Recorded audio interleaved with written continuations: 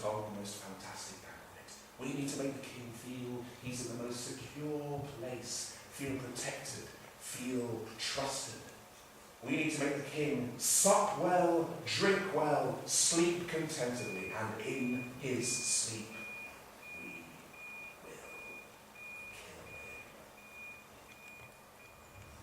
He must never suspect.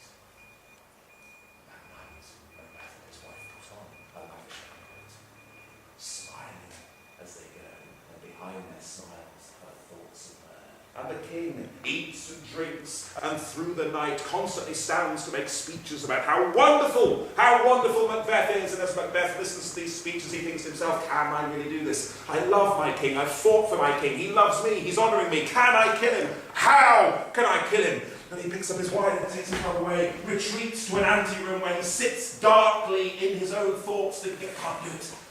If I was to kill the king, it would bring about hell on earth. How can I possibly kill the king? He trusts me. He's in my home. I am supposed to protect him, not kill him. And just as he's thinking these thoughts, in comes his wife. Why have you left the table? Why have you come over here? What's wrong with you? I can't do it. I can't kill him. Do you love me? She asks. Of course I love you. If you love me, you will do it.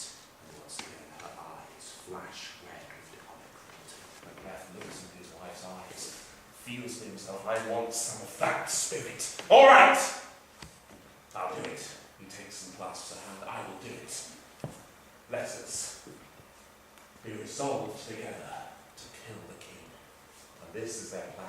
They plan to stab the king in his sleep with 2 daggers. They plan to leave those 2 bloody daggers in the laps of the king's 2 guards. 2 guards who will be drugged, so they will be asleep outside the room, so they won't be able to protect their king. And once people find the king's body in the morning and find the bloody daggers in the guards' laps, they will naturally suspect that the guards did it. So it is that Macbeth, clasping 2 daggers, creeps silently to the king's chamber. So it is that as he walks past the guards, delirious because they've been drugged, he hears them praying in their kind of semi-sleep. And as he hears their prayer once again, he thinks, can I really do this? He hears them reaching to the end of their prayer. He hears them saying, Amen. And part of him thinks, I should be saying Amen with them. I should be praying for the safety of the king. I shouldn't be doing this. I shouldn't be doing this. But he goes forwards into the king's chamber. And there is Duncan, the king, sleeping.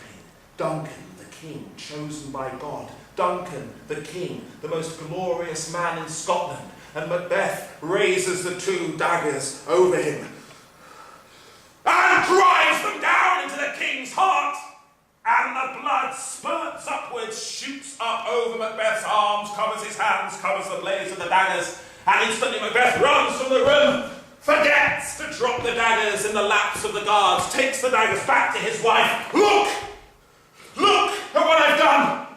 I'm never going to get this blood off my arms. I'm never going to get this blood off these blades. I've murdered the king in his sleep. I have murdered sleep. I will sleep no more. I can't possibly sleep after what I've done. We cannot possibly sleep. We've done the most terrible thing. What have you done? Says his wife. I'll tell you what the most terrible thing is that you've done. You've brought the daggers away. We need to put them back. Take them back now and put them in the laps of the guards as we planned. I can't go back.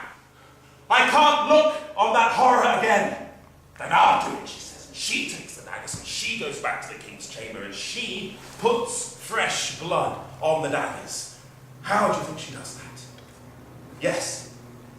She gets some blood from the king. She gets some blood from the king. She has to go right back into the chamber. She now has to look at the dead king. Blood still pouring from his wound. She puts the daggers in so that it makes the murder seem fresh. She takes the daggers, and as she holds them over the king, she too is struck by the appalling horror of the sight. This man that she loved, this man that all of Scotland loved, this man that she has now been complicit in the murder of, this man who reminds her of her own father. Suddenly all her cruelty, all the dark forces slip away from her, and she starts to feel the most terrible guilt, and she starts to be aware that she is going to suffer for this.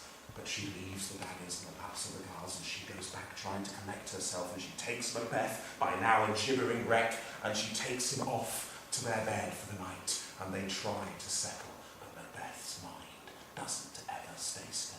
Macbeth will never sleep again. Once the body is discovered, Macbeth is crowned king. And once he has his crown, he begins to suspect, I'm going to have to kill again. Somebody must suspect that I killed the king. Who do you think the most likely person is that will suspect he killed the king? Yes. Banquo. Banquo, who was with him when the witches made their prophecy. Banquo, who was told by the witches that his children would be kings. Macbeth was told by the witches he would not have any children to be kings. I want to have children. I want my children to be kings. I've not done this just so that one day Banquo's children will be kings. He must die. He must die as soon as his children. And so he plots. He plots that on that afternoon, the afternoon of the day of the coronation, as Banquo is out riding with his son, they will be ambushed by two murderers and they will be killed. And that night, Macbeth will hold a feast, and he will pretend that he expects Banquo at the feast. And of course, he will know that Banquo has been killed. That is the plan. Banquo and his son are ambushed. Banquo is killed. He receives several mortal blows to his head, but his son escapes. And on the night of the banquet, Macbeth is approached by the two murderers who tell him, okay, you've killed Banquo. Good, but his son has escaped. Then comes my fear again. Now I feel cabined, cribbed, confined. I'm not safe as long as Banquo's son is abroad. I'm not safe. Everything that I've done will be discovered. And it is with those thoughts that Macbeth tries to go to his banquet, tries to remain calm in the face of all his fears, knowing that somehow everything that he's done, all the dark things that he's done will come to light. And just as he's thinking those things, he looks across the table and sees, sitting in a chair at the other end of the table, a figure glaring at him with several bloody gashes on his head.